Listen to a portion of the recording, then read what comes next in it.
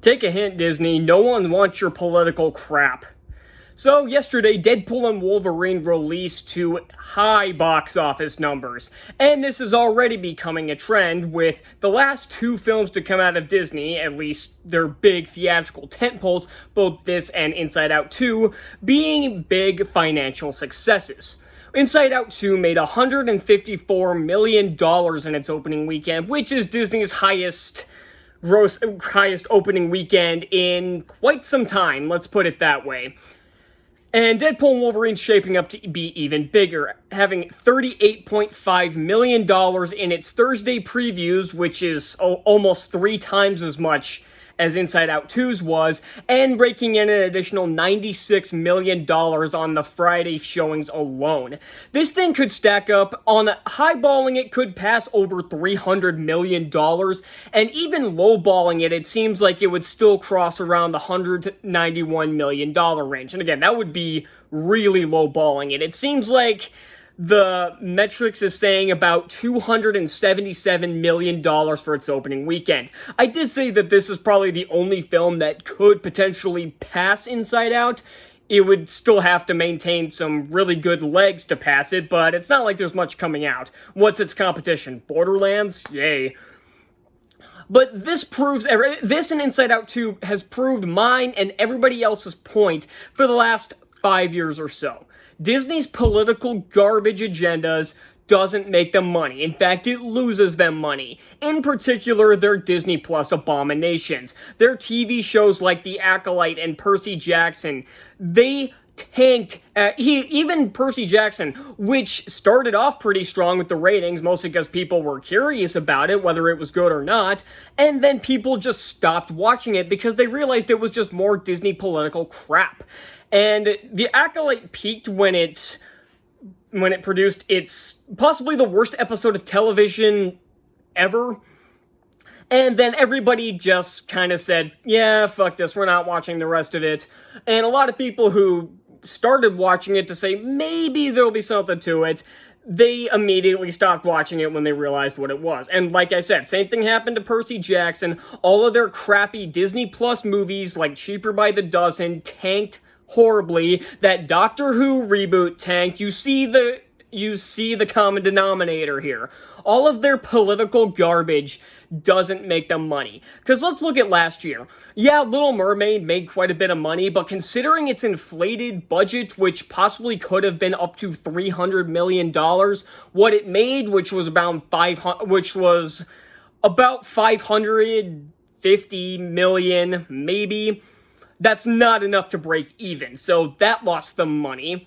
The Marvels was a huge bomb, possibly having one of the biggest budgets of the year, possibly, again, being ballooned up to $300 million, and barely surpassing $200 million worldwide. The only one that was successful was, get this, Guardians of the Galaxy Volume 3, and was there any political crap in that movie? No.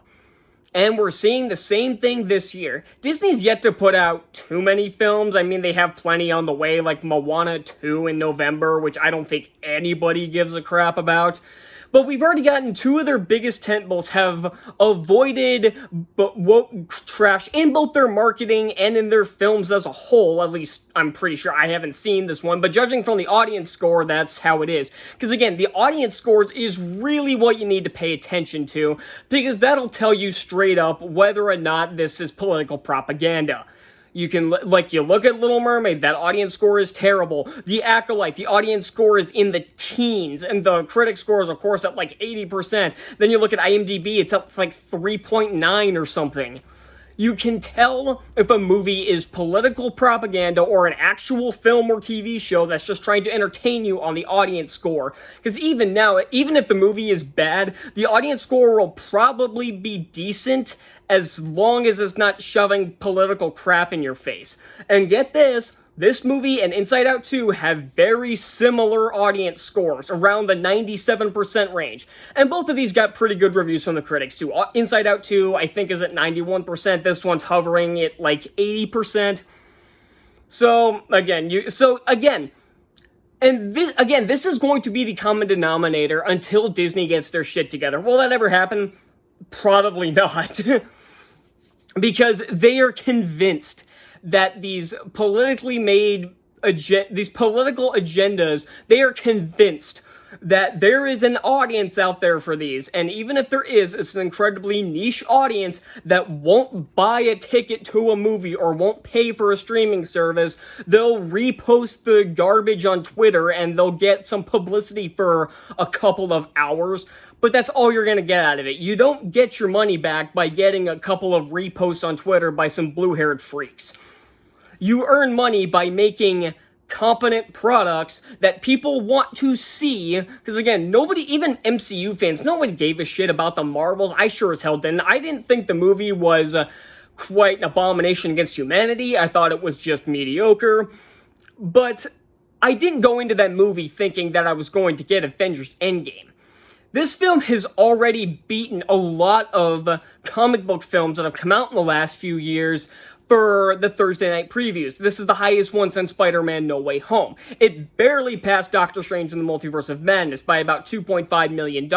Wasn't even close to No Way Home, by the way, if you're wondering. That one made about $50 million in its Thursday night previews. Because again, there wasn't any political propaganda shoved in people's faces, and it was a movie people wanted to see. Disney keeps shitting out movies that no one wants to. No one wanted to see Wish, and guess what? Nobody did. I don't even know if that movie passed $200 million worldwide. It might have, but I honestly would be surprised if it made more than the Marvels.